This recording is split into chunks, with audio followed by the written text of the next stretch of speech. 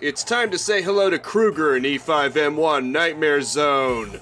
Boy oh boy does this map have a lot to unpack, starting with a Tomb Raider cavern through an underground city and Indiana Jones' leap of faith. There's technically a unique enemy, pigs in a dress, but they're not really anything mechanically new since Enforcers already did rapid fire. While the map has a great amount of girth to it, I wouldn't say the quality ever becomes anything too special. Admittedly, it would go on the cryptic side at times, meaning I actually got lost. Overall, I'd say it's an alright map and definitely a very challenging one for a starter map. You'd better go in swinging for this one. Don't want to be late to your meeting in E5M5 Alien Rendezvous.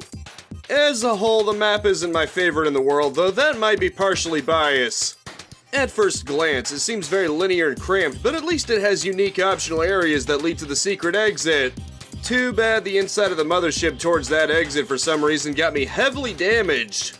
That, along with the Battlelord sentries all over the place, lead me to suspect this map's main gimmick is just being relatively tough.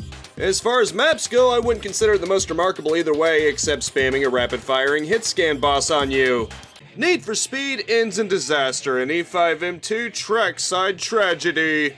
So far, I'm getting the impression that these maps are going for length rather than necessarily quality, as harsh as that sounds. The map is at least decently varied in garages, hospitality suite, alien section, outdoor racetrack, and what I think is a sewage tunnel system. The speed boost leading into the exit is admittedly the one part I thought was fairly cool. Apparently the game is based on the game series Wipeout. There's also, quote, a new enemy in the form of an underwater drone, but it's just sentry drones with a new skin.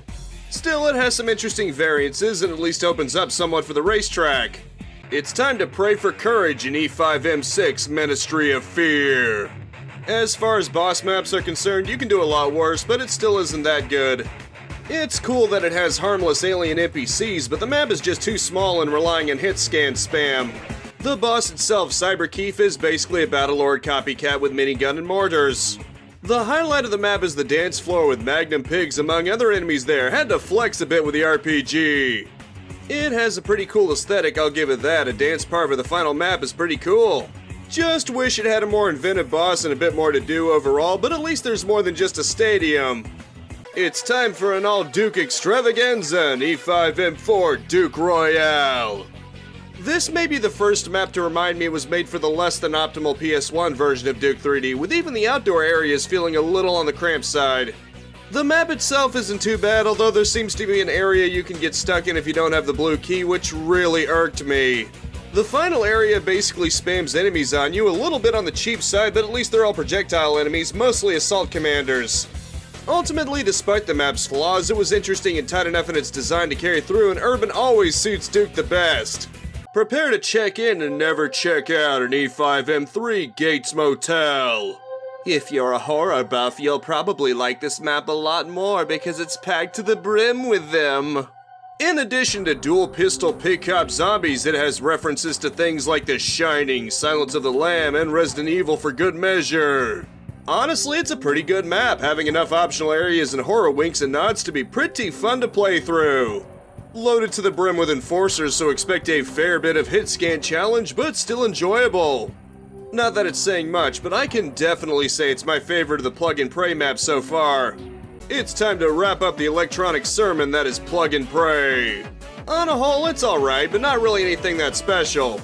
I'd probably place it around Nuclear Winter's level, which at least places it far above the Saturn port's terrible Area 51. The Gates Motel is probably the one that sticks out the most for the best, both by being a solid map in its own right and having a lot of horror winks and nods. The rest, though, is a little too restrictive for its own good. The PS1 version of Duke 3D was oddly not all that optimized. I heard that even these compromised maps will have trouble running on PS1 hardware. Still, you can do worse, and it's probably the best of the console-exclusive maps for Duke 3D, since Duke 64's two new maps are just from the Atomic Edition. We can get captured into Wolfenstein 3D next time, but first,